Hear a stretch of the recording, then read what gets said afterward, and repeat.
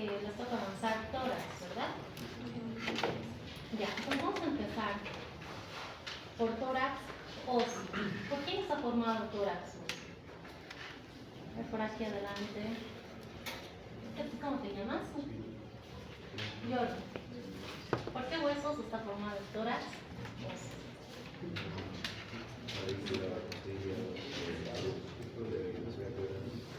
Un ratito, por favor. El que está ahí al costado. ¿Por qué huesos está formado el tórax óseo? Esternón, columna vertebral, las basales, costillas y la clavícula. ¿Cuántos huesos estarían formando todo el tórax óseo?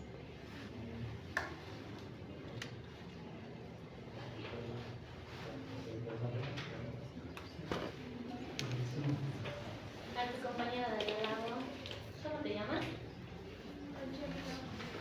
Angelina, ¿no? ¿Por qué huesos está formado el tórax óseo y cuántos huesos serían en total? Igual como dijo mi compañero, sería la columna vertebral, el esternón, Toda la columna vertebral será que forma el tórax óseo. todas las zonas dorsolaterales. Y Ustedes chicos, de aquí, ¿por qué huesos está formado el tórax óseo? ¿Y cuántos huesos son total?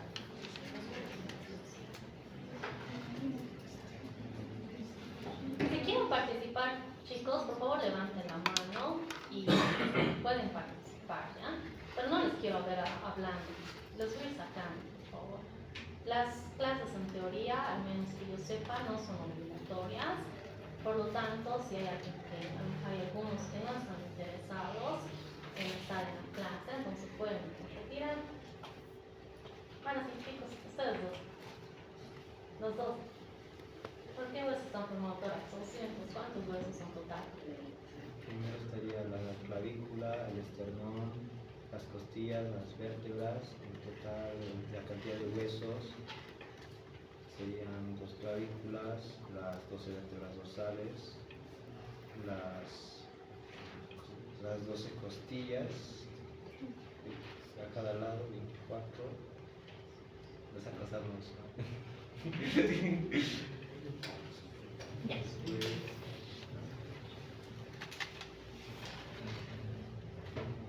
Bueno, tórax entonces va a estar formado por el esternón, que es el único hueso impar que tenemos, va a estar en la parte central, media, ¿no?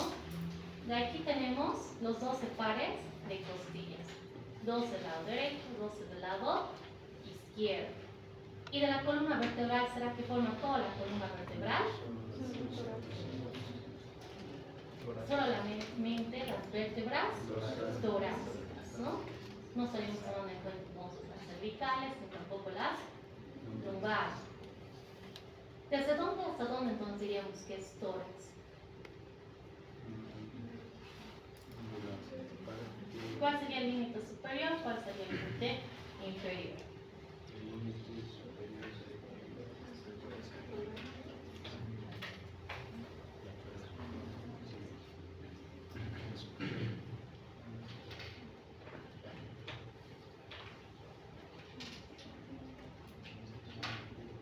¿Desde dónde hasta dónde? ¿Hasta dónde es cuello?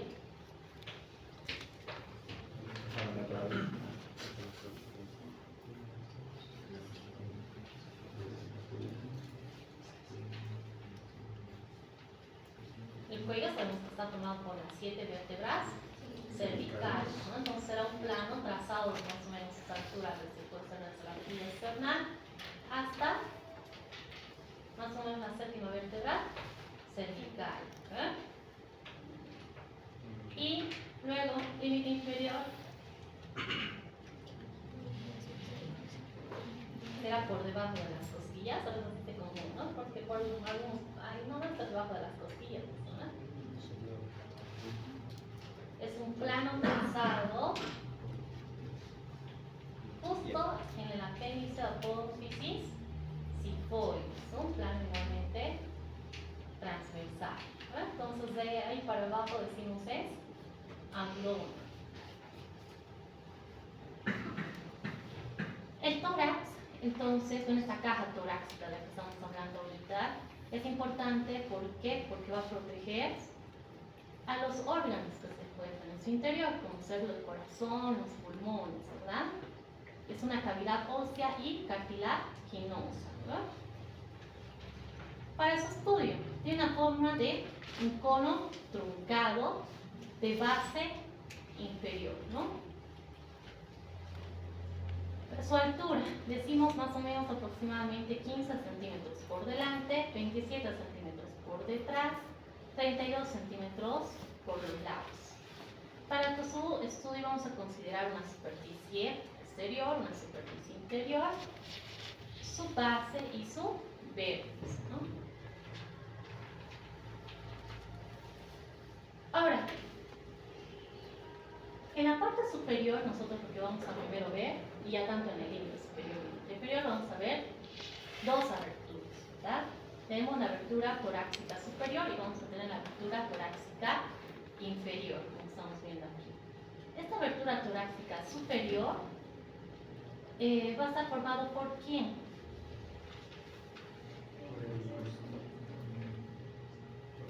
Por la primera vértebra torácica, el primer par de costillas y el manubrio del esternón, ¿verdad?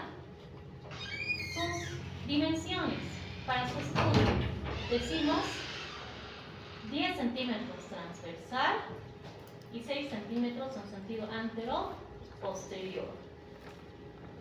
Ahora, en la abertura torácica inferior vemos que se va a estar formado por ¿quiénes? ¿Quiénes son estos dos?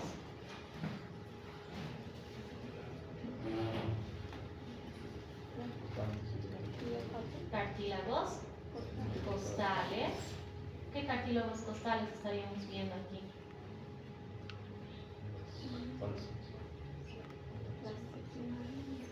Del séptimo a la décima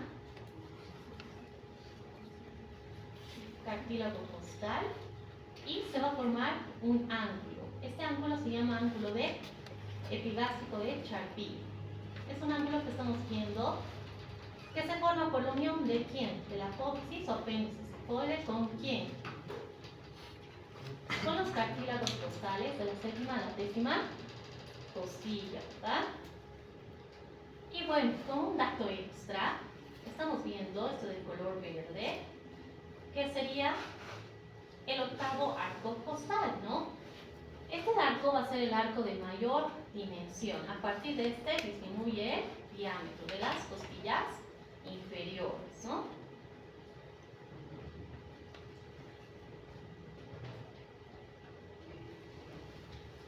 Ahora, las dimensiones de esta abertura torácica inferior van a ser 26 centímetros en sentido transversal y 2 en sentido antero-posterior, ¿no? Va a estar formado posteriormente por la 12ª vértebra torácica y bueno, vemos que está en relación a ¿quién? Las últimas costillas, ¿no? Sobre todo ¿quién? La 12ª costilla, ¿no? Con su par. Y bueno, como dato extra, aquí en el ángulo de Charpy que decíamos, está justo, hemos dicho, formado por el reborde costal y por la apéndice o apófisis cifoides, pero si somos más exactos, sabemos que este hueso de esternón se ha formado por la unión de ¿quién? Del manubrio con el cuerpo esternal y con la apéndice apófisis cifoides. Y es por eso que hay varias articulaciones aquí. Y esta articulación entre el cuerpo y la apéndice cifoide se llama articulación cifoesternal.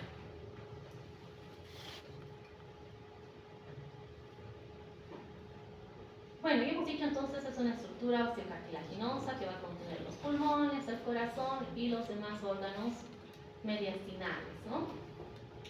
La línea media hemos dicho que se encuentra el esternón. Tenemos los 12 pares de costillas hacia los lados. Tenemos las 12 vértebras torácicas. En total, ¿cuántos huesos entonces tendríamos? 37, ¿verdad? Está formado entonces por 37 huesos, ¿verdad?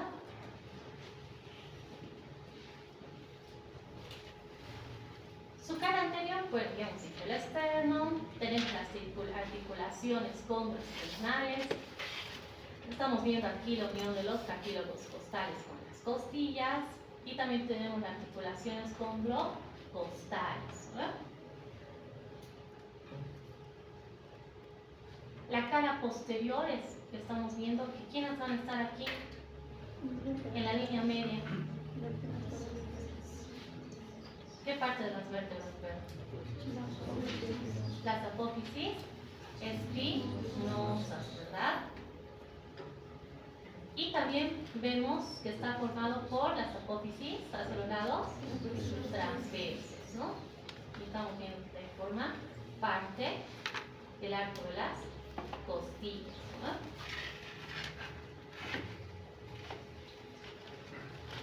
Las caras laterales, bueno, sabemos que son el número de 2. Tenemos una derecha, tenemos una izquierda. Van a ocupar todo el espacio comprendido entre las caras precedentes, ¿no? Que veíamos la cara anterior y la posterior, ¿no? Decimos que son cóncavos o convexos. Convexas, ¿no? Las caras laterales son convexas, en sentido vertical y también en sentido transversal. Tenemos 12 costillas, pero son solo 11 espacios intercostales, ¿no? Bueno, empezaremos hablando del esternón como generalidades. ¿Qué decimos? Es un hueso impar, es central. ¿Qué más decimos? Es simétrico. Para su estudio podemos decir que tiene una cara anterior, una cara posterior y dos bordes laterales, ¿no? Tendremos un borde derecho y un borde izquierdo. Vemos que mide más o menos aproximadamente de 15 a 20 centímetros de longitud. 15 a 20 centímetros, ¿no? Vemos que se ha formado por la unión del manubrio con el cuerpo y la apéndice o apófisis cifoides. Entonces, para su estudio también tenemos 3 segmentos, ¿no? Y la apéndice o cifoides o apófisis termina en una punta. Y si vemos, tiene mayor espesor arriba que abajo, ¿no? Va disminuyendo su espesor hacia abajo. En el manubrio vemos que tiene una escotadura yugular y 2 escotaduras claviculares, ¿no? Que se va a articular con ¿quién? Con la clavícula. ¿Por qué parte de la clavícula?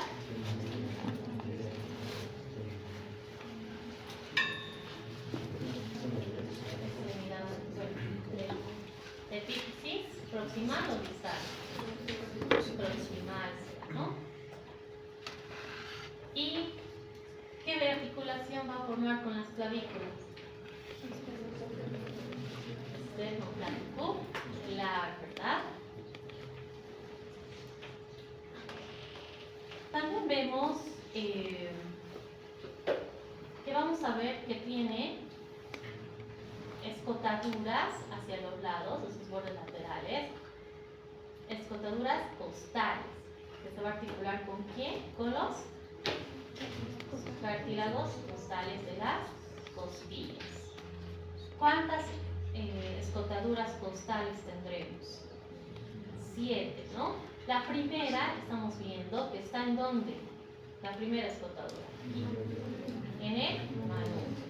La segunda escotadura, ¿dónde la tendremos?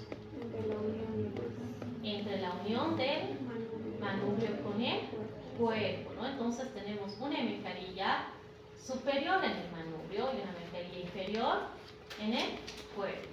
Y bueno, de esta manera tenemos la tercera escotadura escotadura, la cuarta, la quinta, la sexta y la séptima escotadura costal, ¿no?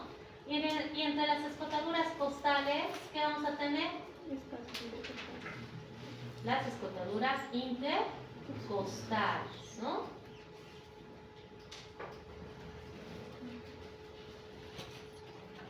Ahora, se va a formar un ángulo, que es un reparo anatómico importante, ¿no? Sobre todo en semiología, ¿no? Se llama el ángulo esternaro de Lewis. Se va a formar por la unión de quién? Del manubrio con el cuerpo.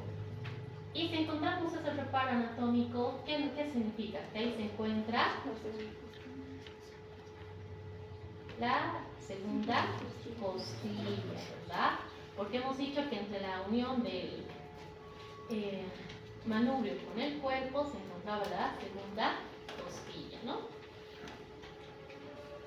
Entonces, vemos que este ángulo esternaro de Lewis es una línea que separa el manubrio del cuerpo y forma esta saliente hacia adelante, ¿no? Que puede palparse fácilmente, como estamos viendo aquí, debajo de la piel. Y bueno, en su cara anterior, como otro gatito, vemos que está formado por unas crestas transversales, ¿no? Unas líneas transversales paralelas que van de un lado hacia el otro, ¿verdad?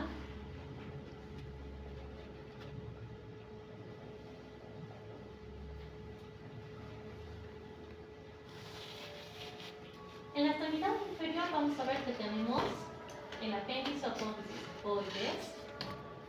Su longitud y forma son muy variables. Puede ser triangular, puede ser oval, puede ser afilada, puede ser rígida, o sea, partida en dos, puede estar hasta perforada en su base, desviada hacia adelante, atrás, incluso lateralmente, ¿no?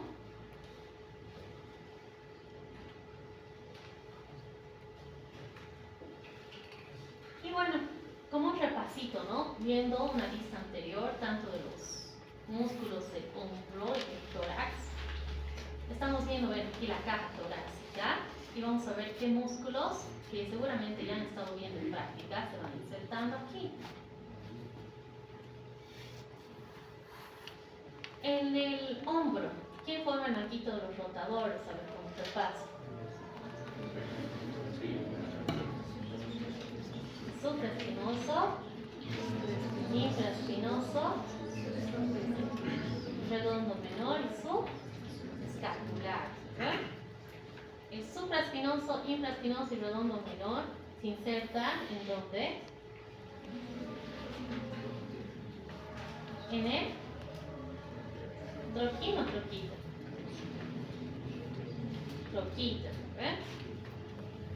Supraespinoso va desde la fosa supraespinosa. Infraespinoso desde la fosa infraespinosa. El redondo menor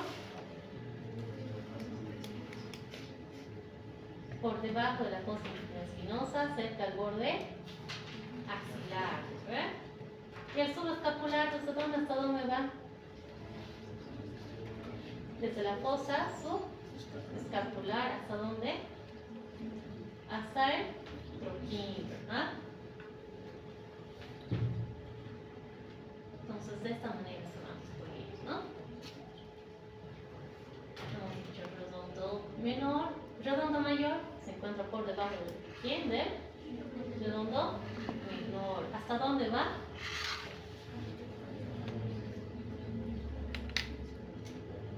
Hasta la corredera bicipital, labio interno, labio externo.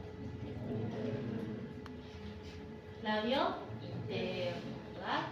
Muy bien, ahí estamos viendo igual músculo subescapular. Subclavio, ¿dónde le han visto el subclavio?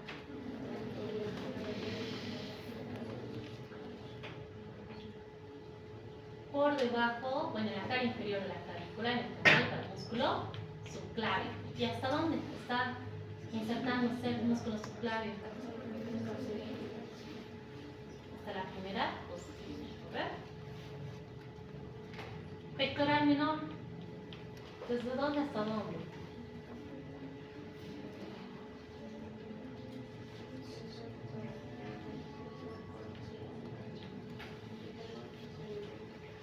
cara anterior, sobre todo en quién, en el cuerpo externario, ¿ves? Cerca a su borde lateral. ¿Hasta dónde? La apófisis coracoides, ¿ves? Dorsal ancho. ¿Dónde se inserta el dorsal ancho, chicos?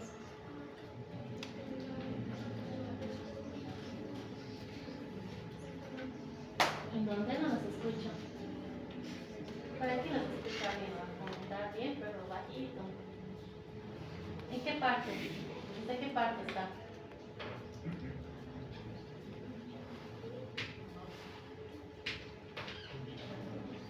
¿Hasta dónde? ¿Hasta dónde está claro? ¿Ves? ¿Está hasta dónde? Hasta la corredera occipital. Igualmente es un labio interno, pero la parte media. Pero ¿desde dónde está el dorsal ancho?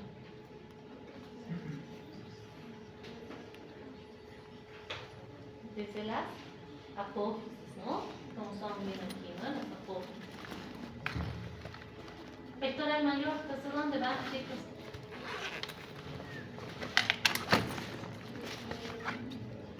Esto quería llegar, ¿no?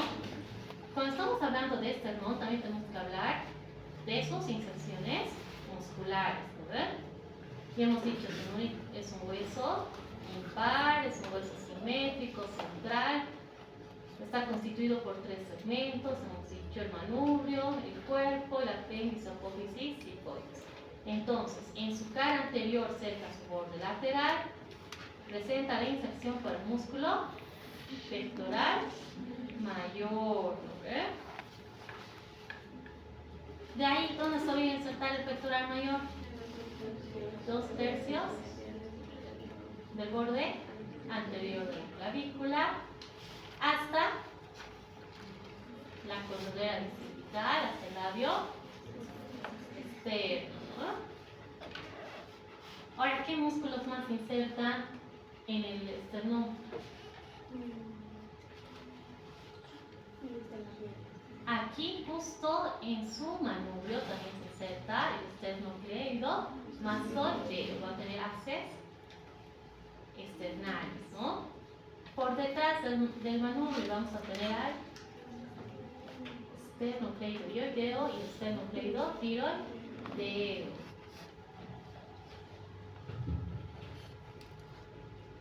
Deltoides.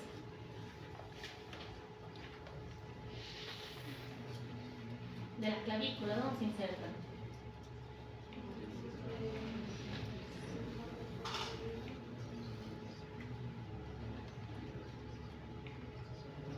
¿Borde anterior o borde posterior de la clavícula? Más fuerte, chicos, anterior o posterior, eso en el video. A ver, vean, ¿desde dónde está insertando?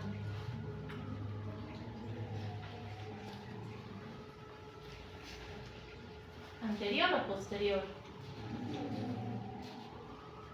No lo escucho. ¿Posterior o anterior? A ver, uno nomás a ver, lo voy a preguntar por ahí. Ay, los que están hablando ahí atrás, chicos. De verde como verde, pero no, pero vos, porque te estoy viendo aquí. Anterior. Anterior, ¿ves? En el tercio lateral, ¿ves? En el tercio lateral. Luego, ¿dónde se voy a insertar? En la escápula, ¿en qué labio? ¿Superior o inferior? Superior. ¿Labio superior o sea labio inferior? Inferior, ¿no? ¿Y hasta dónde va a ir? Hasta la D del deltoide. Bueno, como seguimos hablando del esternón, sabemos que puede presentar anomalías, ¿verdad? Sobre todo se van a producir en la parte inferior del hueso y pueden llevar a deformaciones, ¿no? Cuando vemos que ha sufrido una depresión este hueso, se llama tórax en embudo, ¿no? En la cual la extremidad inferior se aproxima a la cara anterior de la columna vertebral. También le dicen pectus excavator. Y cuando esto también está protruido, mira, porque está caracterizado por una saliente anterior, protruido hacia afuera, tórax careno, o pectus carinatum, ¿no? Entonces, tórax en embudo, tórax en careno. Bueno, como ya hemos hablado entonces del esternón, nos toca hablar de quién ahora, de las vértebras, ¿no? Haciendo un poquito un repaso de las características comunes de las vértebras, estamos viendo una vista superior y una vista lateral, sabemos que tienen un cuerpo, pedículo, lámina, apófisis articulares, apófisis transversas y apófisis espinosas. Y un agujero raquídeo, ¿verdad? Doctora, una preguntita tengo. ¿Por qué se da ese tórax en embudo? ¿Por qué creen que se da, chicos? Deben estar viendo en embriología. ¿En qué tenemos acá? Para mañana, tarea, chicos. He visto en los niños, pero no sé por qué se da. Por eso, tarea que se estoy dando. Tarea para mañana. A ver, van a averiguar, porque eso ya tendrían que averiguar en embriología, ¿no? En embriología igual se mencionan estas patologías. ¿Han llevado estos temas o todavía? Ya, pero igual, pues tarea para mañana. Aquí van a salir de dudas, ¿no? Ya, entonces seguiremos, chicos. Vemos entonces que tenemos las vértebras, ¿verdad? Bueno, solamente como un repasito para que vean las diferencias, ¿no? Porque me imagino que sí han debido ver. Ya han debido abrazar o no. Han debido abrazar, ¿no? Tenemos aquí una vértebra cervical, una torácica, una lumbar. ¿En qué se diferencia? La cervical, cuerpo pequeño y rectangular, con las apófisis semilunares, ¿no? La vértebra torácica, su cuerpo es medio y circular. La vértebra lumbar, su cuerpo es grande y de forma reniforme. Las apófisis transversas, como están viendo aquí, son bituberculadas, ¿no? Y presentan el orificio foramen transverso. Aquí, ¿cómo son las apófisis transversas? Solamente son tuberculadas. Aquí en la vértebra lumbar, ¿cómo son? Igualmente transversas y tuberculadas.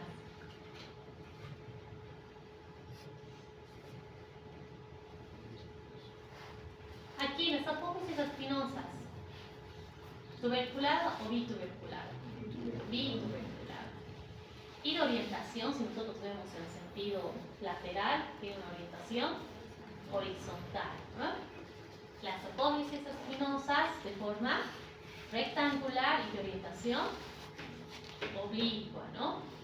Y aquí vemos que tienen una forma más cuadrilateral y de orientación horizontal.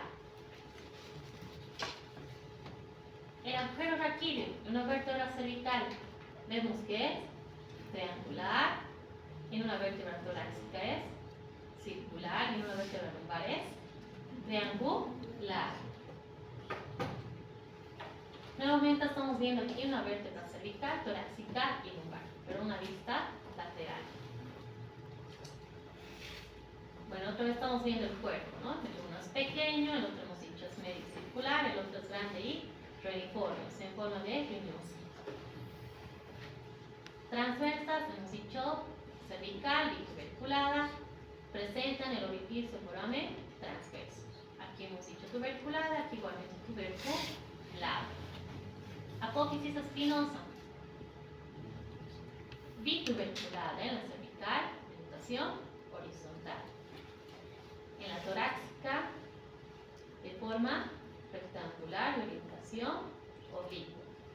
Y aquí hemos dicho de forma más cuadrilateral, de orientación horizontal. Y bueno, en lo que estamos hablando no estamos considerando las vértebras atípicas que ya han debido estudiar, ¿eh? Las atípicas, bueno, en las vértebras cervicales sabemos que es C1, Atlas, C2, el Axis, ¿no? Y la C7. En las torácicas, eso sí nos importa ahora. ¿Cuáles son las vértebras atípicas?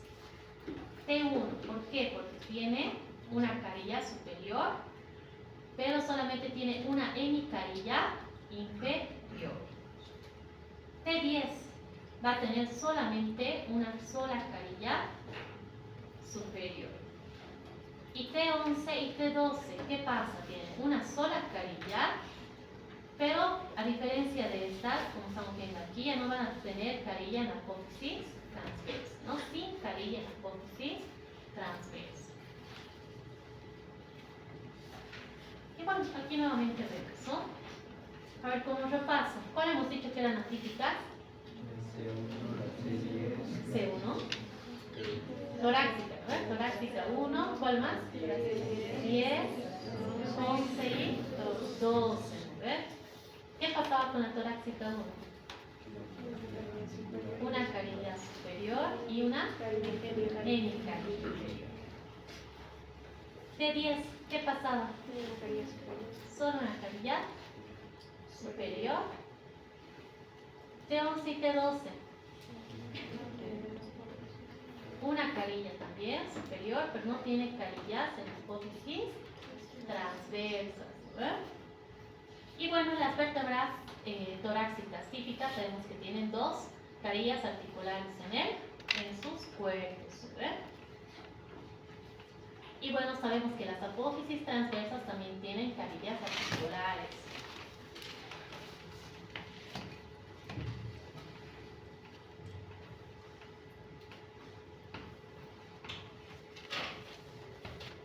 Ahora sí, hablamos de las articulaciones que vemos en la pared torácica. Como les he dicho, tenemos muchas articulaciones, ¿no? En el esternón nomás tenemos 3 articulaciones, son 2 principales, ¿no? Tenemos la articulación manubrio esternal y la articulación sifoesternal, ¿verdad? Manubrio esternal porque une el manubrio con el cuerpo, y sifoesternal porque une el cuerpo con la apófisis sifoides. También tenemos la articulación condroesternal. Está uniendo ¿quién? El cartílago costal con el cuerpo, ¿ve? Esternón. Tenemos las articulaciones constocondrales, que está formado por ¿quiénes? Por las costillas con unión con los cartílagos costales. Aquí vemos que hay articulación intercondral, ¿no? Que une los cartílagos costales de las costillas, sobre todo flotantes, con la séptima, con el séptimo cartílago costal.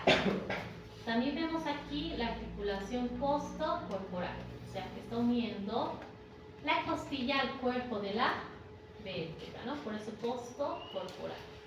Costotransversa, ya también que está uniendo la costilla con la apófisis transversa de la vértebra. Y por último tenemos las articulaciones entre las vértebras, ¿no? Sabemos que hay un disco interarticular, ¿no? La articulación intervertebral, vértebra con vértebra. Y bueno, si vamos a desglosando cada uno, sabemos que, por ejemplo, la articulación external del manubrio con el externo, manubrio external, ¿qué tipo es? Es una amplia artrosis, ¿no? La articulación sifoesternal, ¿qué tipo es? También es amplia artrosis, ¿no? La articulación condroesternal, ¿qué tipo es? Puede ser una sinartrosis o una amplia artrosis, ¿no? ¿Qué género? Sincondrosis, o también podemos decir diartro, amplia artrosis, ¿no? La articulación costocondral es una sinartrosis, ¿no? Las articulaciones intercondrales, que son también sinartrosis, ¿no? La costocorporal, que es una diartrosis, ¿no? Incluso con un género artróide. La costotransversa, ¿qué articulación es? Es una diartrosis. artrosis, ¿no? Las 6 primeras podemos decir que son semi-trocoides y de la 7ª a la 10ª artroides, ¿no? Y las intervertebrales decimos que es una sinartrosis, ¿no? Y así entonces, si se dan cuenta, podría haber muchas preguntas que el doctor Rudy les puede hacer para su examen, ¿no? ¿Qué tipo de articulaciones están? Pues así, ¿no? Costochondral, interchondral.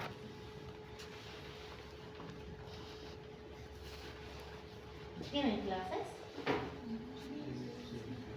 Ya eso lo dejaremos entonces para mañana. Bueno, a ver, esto nomás como introductorio. Sabemos que las costillas son huesos curvos y planos, que van a configurar la mayor parte de la caja torácica, ¿no? Van a tener un peso muy ligero, pero son extraordinariamente elásticas, ¿no? Cada costilla se va a componer de un hueso esponjoso interior con médula ósea, ¿no? Tejido hematopoyético, todas las células. Aquí quedaremos.